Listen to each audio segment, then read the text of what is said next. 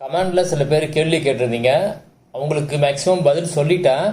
இருந்தாலும் சில பேருக்கு டீட்டெயிலாக சொல்ல முடியாது. ஏன்னா நேராக பேசும்போது தான் கரெக்டாக சொல்ல முடியும். அதனால் அதுக்கான பதிலை இந்த வீடியோவில் பார்க்கலாம். முதல்ல கவாஸ்கர் எம் இவங்க இந்த ஐடியிலேருந்து கேட்டிருக்காங்க. என்ன கேட்டிருக்காங்கன்னு பார்க்கலாம்.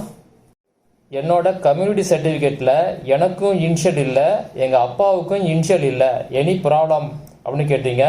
அப்படி ப்ராப்ளம் இருந்தால் ஹவு டு கரெக்ட் அப்படின்னு கேட்டிருக்கீங்க. உங்கள் அப்பாவுக்கு இன்ஷியல் இல்லைன்னா ப்ராப்ளம் கிடையாது. ஆனால் உங்களுக்கு இன்ஷியல் இருக்கணும் மேக்ஸிமம். அதனால் கண்டிப்பாக நீங்கள் இந்த சர்டிஃபிகேட்டை கரெக்ட் பண்ணிவிடுங்க. இப்போ அதுக்கான டைம் உங்களுக்கு கண்டிப்பாக இருக்குது. நீங்கள் ஆன்லைனில் அப்ளை பண்ணி இப்போயே வாங்கிக்கலாம். இப்போ அப்லோட் பண்ண சொல்லியிருந்தாங்க அப்படின்னா நீங்கள் இமீடியட்டாக இந்த சர்டிஃபிகேட்டை அப்லோட் பண்ணிவிடுங்க. உங்கள்கிட்ட உள்ள சர்டிஃபிகேட்டை நீங்கள் புது சர்டிஃபிகேட் வந்த பிறகு கவுன்சிலிங் டைமில் நீங்கள் வேணுமா அப்லோட் பண்ணலாம். இல்லை அதுக்கு முன்னாடி ரீ அப்லோட் ஆப்ஷன் இருக்கும். அந்த டைமில் உங்களுக்கு ரீ அப்லோட் கேட்டிருந்தாங்க அப்படின்னா நீங்கள் இப்போ புதுசாக வாங்கின சர்டிஃபிகேட்டை ரீ அப்லோட் பண்ணலாம். அதனால் என்ன கேட்டால் நீங்கள் என்ன பண்ணுங்கள் அப்படின்னா புது கம்யூனிட்டி சர்டிஃபிகேட்டை இப்போவே நீங்கள் அப்ளை பண்ணி வாங்க ஆரம்பிச்சிருங்க. அடுத்தது நவீன்குமார் இவங்க என்ன கேட்டிருக்காங்கன்னு பார்க்கலாம். ஃபாதர் நேம் ஃபர்ஸ்ட் லெட்டர் கரெக்டாக இருக்குது, பட் ஸ்பெல்லிங் மிஸ்டேக்காக இருக்குது. TC and birth certificate any issue அப்படின்னு கேட்டிருக்கீங்க.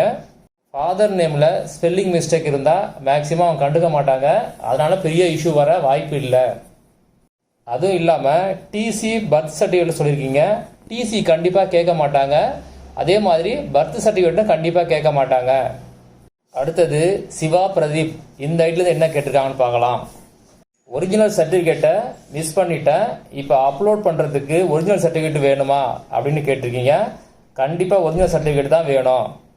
அப்படி ஒரிஜினல் சர்டிஃபிகேட் இல்லை அப்படின்னா நீங்கள் அப்ளை பண்ணி ஒரிஜினல் சர்டிஃபிகேட், அதாவது ஒரிஜினலுக்கு பதிலாக டூப்ளிகேட் சர்டிஃபிகேட் ஒன்று தருவாங்க. அது கண்டிப்பாக நீங்கள் அப்லோட் பண்ணலாம். அது எந்த ப்ராப்ளமும் கிடையாது. பிளாக் அண்ட் ஒயிட் அதாவது ஜெராக்ஸ் சர்டிஃபிகேட்டை நீங்கள் அப்லோட் பண்ணக்கூடாது. அடுத்தது இன்னொரு கேள்வி கேட்டிருக்கீங்க. எத்தனை நாளைக்குள்ளே நீங்கள் சர்டிஃபிகேட் அப்லோட் பண்ண சொல்லுவாங்க அப்படின்னு கேட்டிருக்கீங்க. எனி டைம் அவங்க இப்போ அப்லோட் பண்ண சொல்லுவாங்க. ஏன்னா 1 வீக் முடிஞ்சிடுச்சு. அதனால் கண்டிப்பாக எனி டைம் சர்டிஃபிகேட்டை அப்லோட் பண்ண சொல்லி வரும். இன்னொன்று கேட்டிருக்கீங்க என்னதுன்னா வேறு ஆப்ஷன் எதுவும் இருக்குதா அப்படின்னு. வேறு ஆப்ஷனே கிடையாது. நீங்கள் அப்ளிகேஷனில் என்னென்ன சர்டிஃபிகேட் சொன்னீங்களோ அந்த சர்டிஃபிகேட் எல்லாமே நீங்கள் இப்போ அப்லோட் பண்ணி தான் ஆகணும். அடுத்தது ரேகா ஆர் இவங்க என்ன கேட்டிருக்காங்க அப்படின்னு பார்க்கலாம். கம்யூனிட்டி சர்டிஃபிகேட் 2023 வாங்கியிருக்கேன், நெட்டில் தான் வாங்கியிருக்கேன். இப்போ 2025 வாங்கி அதை அப்லோட் பண்ணணுமா இல்லை பழைய சர்டிஃபிகேட் அப்ளை பண்ணலாமா அப்படின்னு கேட்டிருக்கீங்க. 2023 சர்டிஃபிகேட் ஓகே தான். ஆன்லைனில் வாங்கினாலும் ஓகே தான், இல்லை நீங்கள் நேரில் போய் வாங்கியிருந்தாலும் ஓகே தான். இப்போ வேணும்னா நீங்கள் இதை நீங்கள் அப்லோட் பண்ணுங்கள். உங்களுக்கு டவுட்டாக இருந்துச்சு அப்படின்னா இப்போவே புதுசு ஒன்று வாங்கி நீங்கள் வச்சுக்கிங்க.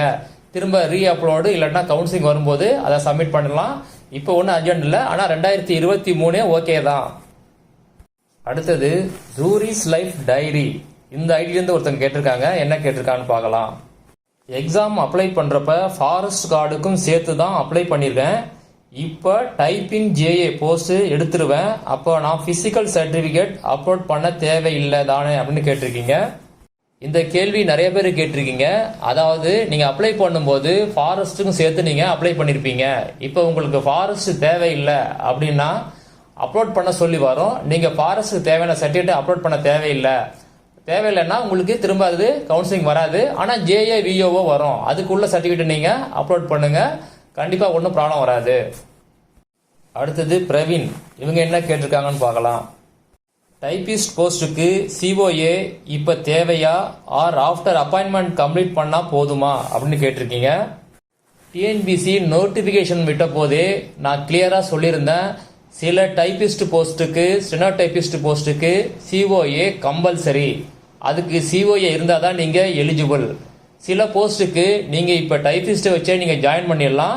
ஆனால் நீங்கள் ஜாயின் பண்ண பிறகு உங்கள் ட்ரைனிங் பீரியட் முடியறதுக்குள்ளே நீங்கள் சிஓஏ கண்டிப்பாக முடிச்சாகணும். அப்படி முடிச்சாதான் அந்த போஸ்டிங்கில் உங்களை கன்ஃபார்ம் பண்ணுவாங்க. டிஎன்பிசி நோட்டிஃபிகேஷனில் இதை சொல்லியிருக்காங்க. அதனால் கண்டிப்பாக சிஓஏ தேவை. ஆனால் சில போஸ்ட்டு டைபிஸ்ட் போஸ்ட்டுக்கு சிஓஏ கிடையாது. அதுக்கு நீங்கள் பண்ண தேவையில்லை. ஆனால் அது என்னென்ன போஸ்ட்டு கொடுத்துருக்காங்களோ அதுக்கு கண்டிப்பாக சிஓஏ தேவை. சிலது நீங்கள் ஜாயின் பண்ண பிறகு சிஓஏ முடிக்கிற மாதிரி சொல்லுவாங்க. அது மாதிரி சில போஸ்ட் இருக்குது. இது எல்லாம் கலந்தது தான் டைப்பிஸ்ட்டு, ஸ்டெனோடைபிஸ்ட் போஸ்ட்டு.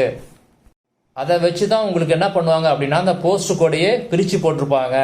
டைப்பிஸ்ட் 1, 2, 3 அப்படின்னு சொல்லி பிரித்து போட்டிருப்பாங்க. டைப்பிஸ்ட் போஸ்ட்டுக்கு மட்டும் இல்லை, ஜேஏ போஸ்ட்டுக்கும் சில போஸ்ட்டுக்கு சிஓஏ கம்பல்சரி. அடுத்தது ராமலக்ஷ்மி எஸ், இவங்க என்ன கேட்டிருக்காங்க அப்படின்னு பார்க்கலாம். பர்த் சர்டிஃபிகேட் அப்லோட் பண்ணணுமா அப்படின்னு கேட்டிருக்கீங்க.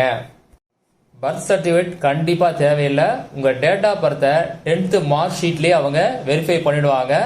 அதனால் நீங்கள் தனியாக பர்த் சர்டிஃபிகேட் அப்லோட் பண்ண தேவையில்லை. அடுத்தது எம்எஸ் அகாடமி, இதுலேருந்து ஒருத்தன் கேட்டிருக்காங்க. என்ன கேட்டிருக்காங்கன்னு பார்க்கலாம். டாக்குமெண்ட் அப்லோட் பண்ண சொல்லிட்டாங்களா அப்படின்னு கேட்டிருக்கீங்க. இது வரைக்கும் சொல்லலை.